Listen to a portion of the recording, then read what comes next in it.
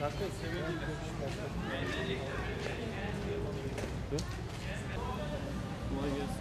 sen kimsiniz?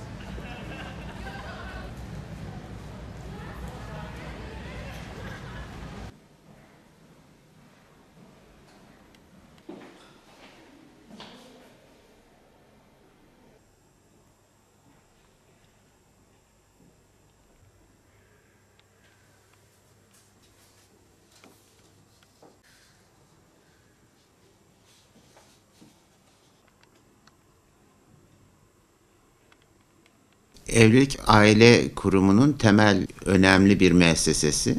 Aslında evlilik dediğimiz zaman iki farklı insanın, iki farklı kültürün bir araya gelmesi. Dolayısıyla aslında evlilik sürecinde sadece iki kişi evlenmiyor. İki farklı aile evleniyor, iki farklı kültür evleniyor. Dolayısıyla sadece işte aşk üzerine, sevgi üzerine kurulu bir evlilik sağlıklı bir şekilde sürekli olamıyor maalesef. Ailelerin de uyumlu olması gerekiyor, kültürlerin de uyumlu olması gerekiyor.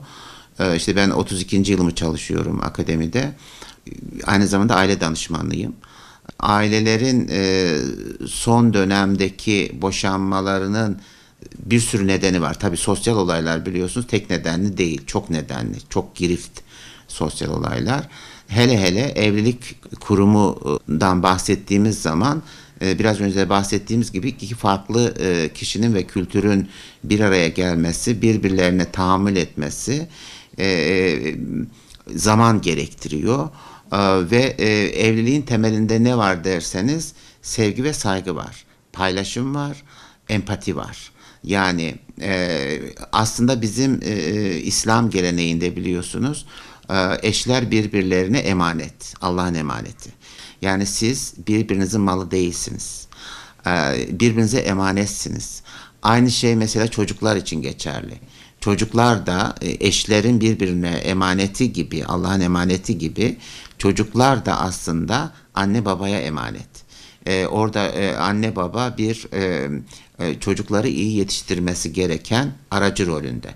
Ama biz maalesef işte bizim kanımızdan, canımızdan doğduğu için onları kendi malımız gibi zannediyoruz. Bu da işte sorunlar yaratıyor aslında. Yani evlilikte de sorunlar yaratıyor, aile içerisinde de. Yani salt evlilik diye görmemek lazım aslında. Aile kurumu olarak görmek lazım.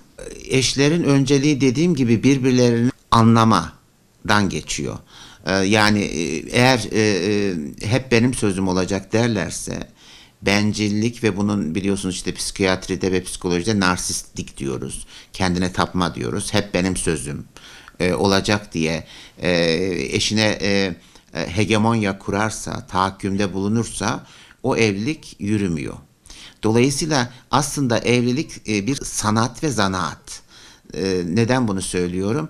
İki farklı kültür birbirlerine tahammül ediyor aslında. Yani bu tahammülde işte gelenekler, görenekler, toplumun o mahalle baskısı dediğimiz bir kavram var biliyorsunuz. Yani işte belli bir yaşa geldiği zaman insanların evlenmesi bir hem biyolojik hem sosyolojik hem de psikolojik açıdan bir gereksinim. Toplum da bunu gerektiriyor. Ama ben her zaman şunu söylüyorum. Eğer evliliği sürdüremeyecek psikolojide ise yani başka insanla hayatı paylaşmayı beceremiyorsa, çocuklarına işte anne ve babalık yapamayacaksa o kişilerin evlenmemesi gerekiyor. Mesela psikiyatrik rahatsızlığı olanlar, Türkiye'de geleneksel anlamda deniyor ki mesela psikolojik rahatsızlığı olanlara bu evlenirse geçer deniyor ve evlendiriyorlar. Ama evlilikle iş bitmiyor ki. Bir yıl sonra mahalle baskısıyla çocuk bekleniyor. Niye çocuğun olmuyor? Bu sefer de onlar biyolojik bir gereklilik, bir sonuç olarak çocuk üretiyorlar. Çocuğu da üstlenecek eğer sorumluluğu yoksa anne ve babanın. Burada sadece erkekleri suçlamıyorum. Yani iki cins de suçlu burada. Yani sadece erkekler sorumsuz değil. Kadınlarda da sorumsuzluk var. Dolayısıyla o sorumluluğu alabilecek düzeyde ise insanların evlenmesi gerekiyor. Aksi takdirde problemler yaşanıyor, şiddet yaşanıyor. Şiddet dediğimiz zaman da sadece fiziksel şiddet anlamayalım. Psikolojik şiddet, ekonomik şiddet. Mesela bir sürü şiddet türleri var. Dolayısıyla evlilikte yaşanan sorunların temelinde de bu birbirine tahammülsüzlük var. Evliliğin temelinde tahammül ve birbirine katlanmak okey, o tamam ama sevgi ve saygının sürekliliği var. Hani aşk bir yere kadar.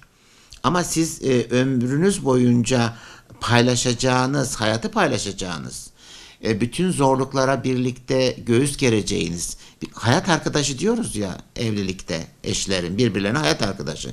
Hayat arkadaşı olmayı kabul etmek ve onu sürdürebilir hale getirebilmek önemli. Aksi takdirde sorunlar oluyor aile içi ki Türkiye'de biliyorsunuz televizyona baktığınız zaman sürekli eşler arasındaki anlaşmazlıklar, şiddet eylemlerini görüyorsunuz.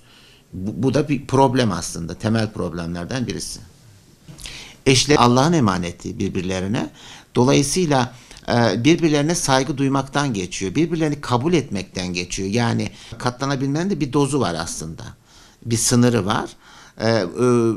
Biraz önce bahsettiğim o narsistik, işte kendine tapan, sadece benim sözüm olsun diyen kişilikteki bir eşle hayat ömür boyu sürmüyor. İşte dolayısıyla orada sorunlar ortaya çıkıyor. Hakları nedir dediğimiz zaman birbirine karşı saygılı olmak, birbirini anlamak ama burada da şu önemli, mesela mahremiyetlerini korumak önemli. Ne demek istiyorum? Mesela yaptığımız araştırmalarda sadece Türkiye'de yaptığımız araştırmalar değil, dünyada yapılan araştırmalarda da bu sonuç ortaya çıkıyor. Evlilik öncesi flört ilişkisiyle evlenenlerde boşanma oranı daha fazla. Niye? Mahremiyeti tüketiyorlar. Yani evlilik öncesi bütün paylaşacakları mahremiyeti tükettikleri için evlendikten sonra da o birlikteliğin efsunu kaçıyor.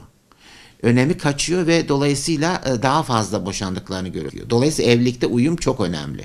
Bunu izah etmek için aslında Türkiye'nin sosyolojik yapısına bakmak durumundayız. Biz sosyologlar toplumları üçe ayırıyoruz. Tarım toplumu ve geleneksel kültür, sanayi toplumu ve modern kültür, enformasyon toplumu ve postmodern kültür.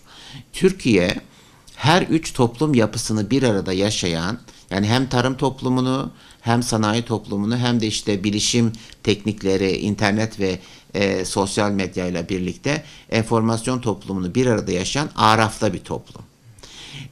Ve Türkiye'nin nüfusu biliyorsunuz %80'i kentlerde yaşıyor, %20'si kırsal alanda yaşıyor.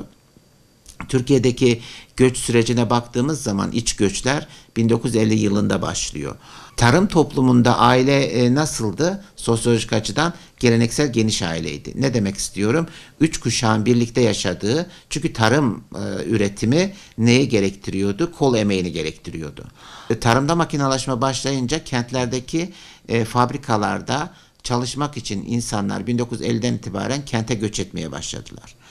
Türkiye'nin geçirdiği dönüşümü anlamadan boşanma oranlarını anlayamayız.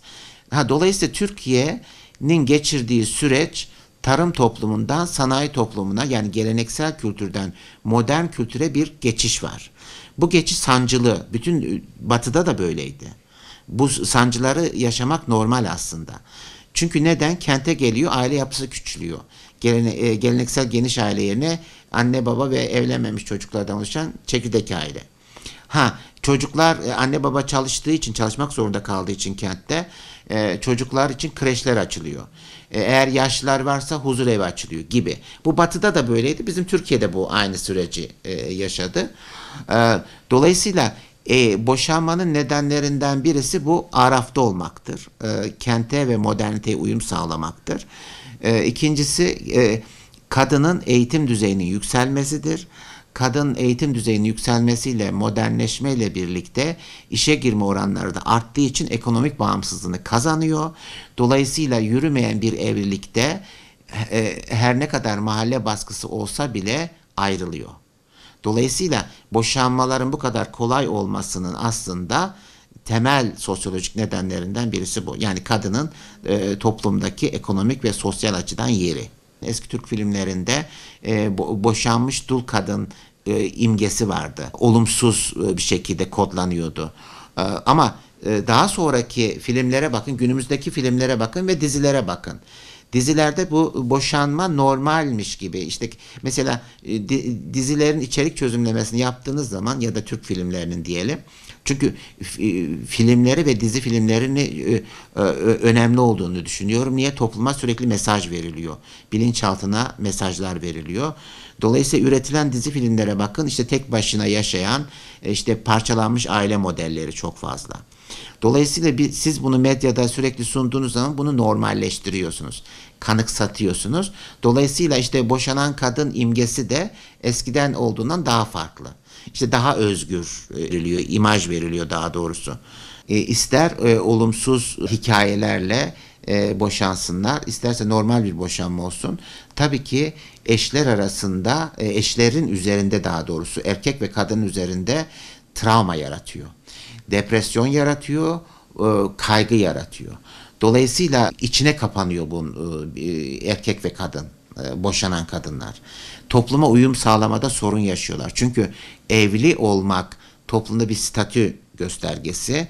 Hayatı birlikte yürütmek, ekonomik açıdan, sosyal açıdan, kültürel açıdan paylaşılan faaliyetler var iken boşandığı zaman aslında stigma dediğimiz bir damgalama da geliyor aslında. Yani boşanmış kadın, evet işi olabilir, ayakları üzerinde durabilir ama yine de temel problem aslında psikolojik, sosyolojik ve ekonomik. Bir de ekonomik boyutu da var aslında. Benim mesela yaptığım bütün araştırmalarda anne babası boşanmış, parçalanmış aileye mensup çocuklarda bağımlılık oranları çok fazla.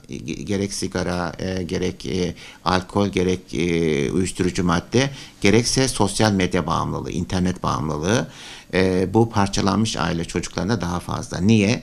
Çünkü anne babanın denetimi ve o anne babanın birlikte olduğu olumlu aile yapısı birdenbire kaos haline gelince şirazesini kaybediyor çocuklar ve dolayısıyla her türlü tehlikeye açık hale geliyorlar.